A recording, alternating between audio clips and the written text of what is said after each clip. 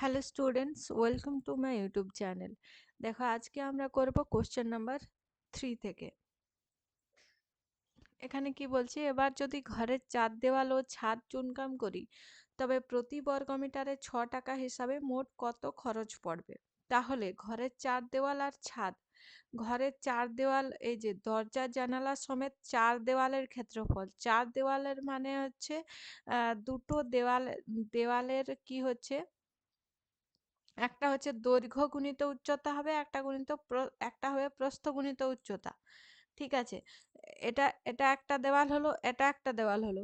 দুটো দেওয়াল সমান সমান থাকে, তাহলে দুটো দেওয়ালের দৈর্ঘ্য গুণিত উচ্চতা হবে আর প্লাস দুটো দেওয়ালে প্রস্থ গুণিত উচ্চতা হবে। আর ছাদের উপরে যেমন মেঝের ক্ষেত্রফল বের করছি, সেরকম ছাদের উপরেও হবে দৈর্ঘ্য গুণিত প্রস্থ। ঠিক আছে, তাহলে এখানে 3-এর দাগে কি হচ্ছে, আমরা যখন ঘরের চার দেওয়ালের ক্ষেত্রফলের সূত্র কি, ঘরের চার দেওয়ালের ক্ষেত্রফলের সূত্র, চার দেওয়ালের ক্ষেত্রফল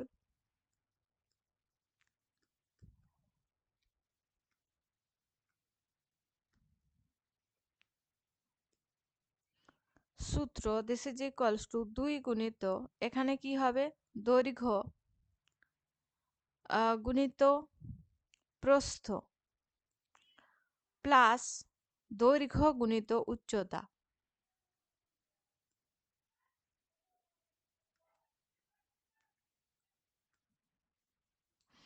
ও সরি, দৈর্ঘ্য প্রস্থ তো এটা মেঝের হবে, এখানে প্রস্থ গুণিত উচ্চতা হবে, তাই না? একবার দৈর্ঘ্য গুণিত উচ্চতা, একবার প্রস্থ গুণিত উচ্চতা।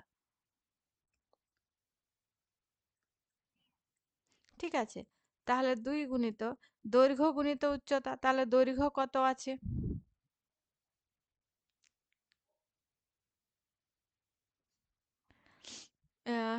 দৈর্ঘ্য আছে 5 মিটার, প্রস্থ আছে 4 মিটার, আর উচ্চতা আছে 3 মিটার। তাহলে দৈর্ঘ্য গুণিত উচ্চতাটা প্রথম করছি। ঠিক আছে, তাহলে 5 গুণিত 3 আর যোগ কত হবে, 4 গুণিত 3, এটা হয়ে যাবে বর্গ মিটার। ঠিক আছে, এত বর্গ মিটার। তাহলে এখানে কি হয়ে গেল, 2 গুণিত এখানে 5 3 15 আর 4 3 12, এত বর্গ মিটার। তাহলে 2 গুণিত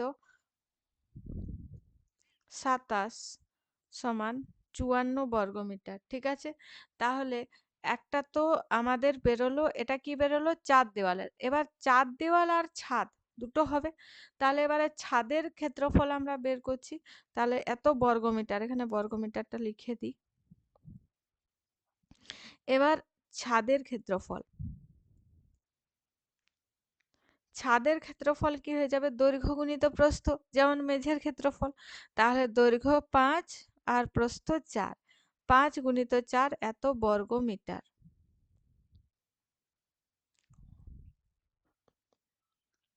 সমান 20 বর্গ মিটার। ঠিক আছে, তাহলে চার দেওয়াল ও ছাদের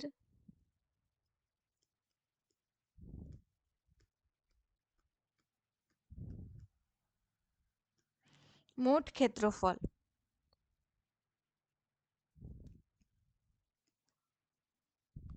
54 প্লাস 20 এত বর্গ মিটার, তাহলে 74 বর্গ মিটার হলো,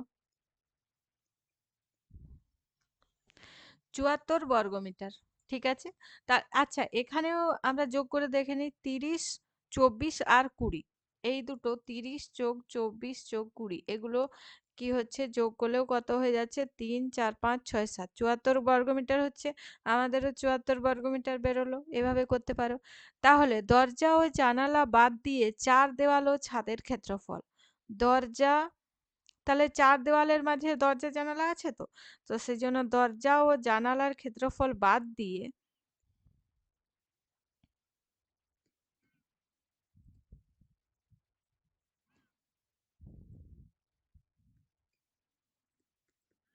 চার দেওয়াল ও ছাদের ক্ষেত্রফল কি হবে, 74 থেকে কত বাদ দেব, বাদ দেব এখানে যতটা এখানে মোট ছিল দরজা, একটি দরজা ও দুটি জানালার মোট ক্ষেত্রফল 5.92, মানে 5.92, 5.92 এত বর্গমিটার। এখানে বিয়োগটা কি করে করবে দেখে নাও, ঠিক আছে? তাহলে দশমিকের পরের সংখ্যাগুলো কিন্তু দশমিকের পরের দিকে লিখতে হবে, 74.00 লিখবো। যেহেতু দশমিকের পরে কিছু নেই সেই জন্য দশমিকের পরে 00 লিখছি। আর এখানে 5টা আছে দশমিকের আগে, আর 9 2টা আছে দশমিকের পরে, এইভাবে লিখবো। যেহেতু এখানে 00 আছে, এখান থেকে এক ধার নিয়ে আমরা এখানে 100 করব, ঠিক আছে? তো এখানে 73 73 হয়ে যাবে, ঠিক আছে?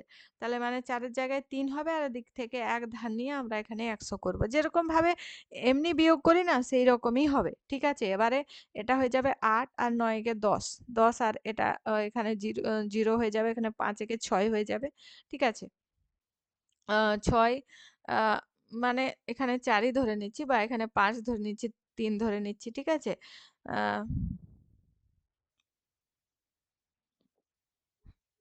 8,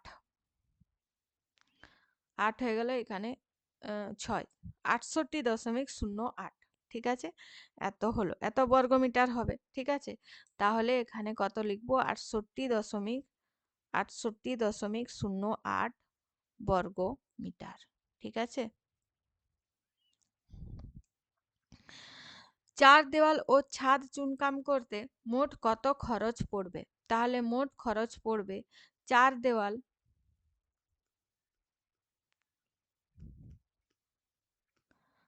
ও ছাদ চুনকাম করতে মোট খরচ পড়বে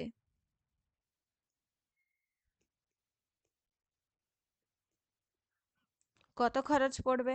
এত বর্গমিটার, প্রতি বর্গমিটারে কত টাকা লাগবে? 6 টাকা, ঠিক আছে? প্রতি বর্গমিটারে 6 টাকা হিসাবে খরচ হবে। তাহলে খরচ পড়বে 68.08 গুণিত 6, এত টাকা। 1 বর্গমিটারে 6 টাকা, তাহলে 68.08 বর্গমিটারে এত গুণিত 6 টাকা। তাহলে গুণ করব এটাকে 6 দিয়ে। 6 8 কত? 48 এর 8, হাতে থাকে 4, তাহলে 6 0 0, এখানে 4 বসবে। 6 8 কত হচ্ছে? 48, 48 এর 8, হাতে থাকে 4, 6 6 36, আর 4 কত হয়ে যাবে? 40, সমান এখানে 408.48 এত টাকা, ঠিক আছে? দশমিকের পরের সংখ্যাগুলো কিন্তু একটা একটা করে বলতে হবে। তাহলে মোট খরচ পড়লো, তাহলে মোট কত খরচ পড়লো? সে সিমেন্ট মেঝে হয়েছে, দরজা জানলা হয়েছে, এদিকে চুনকাম করতে হচ্ছে, ঠিক আছে? তাহলে মোট কত খরচ হলো? তাহলে মোট খরচ পড়লো,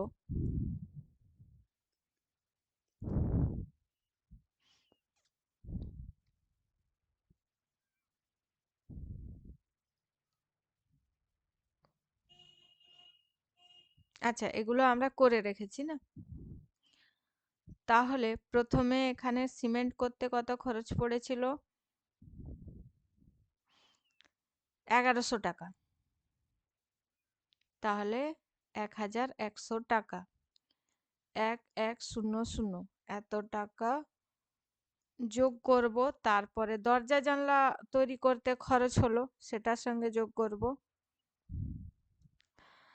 দরজা জানলাগুলি রং করতে খরচ হলো, ঠিক আছে? এখানে দরজা জানলা রং করতে খরচ হবে, দরজা জানলা বানানোর খরচ নেই।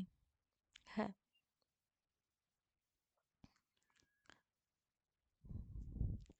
248.64 টাকা।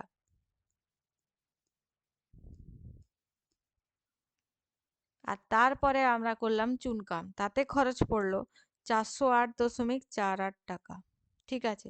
তাহলে এই টাকাগুলি মোট কত হবে? তাহলে দশমিক যেহেতু আছে, সেহেতু আমরা দশমিকের আগের দিকের সংখ্যাগুলো এইভাবে লিখবো। এখানে দশমিক নেই, সেই জন্য দশমিকের পরে দুটা শূন্য দিয়ে দেব। তারপরে 248.64 টাকা, আর এখানে হলো 408.48 টাকা।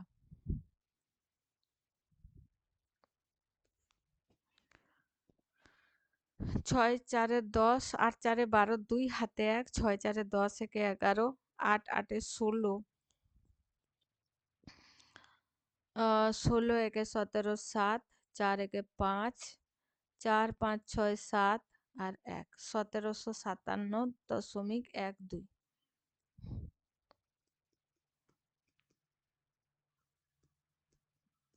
এত টাকা। ঠিক আছে, তাহলে মোট এত টাকা খরচা হলো। বোঝা গেল। এরপরে 4-এর দাগ কি বলছে, সেই একই ধরনের মানে কোশ্চেনটা আছে।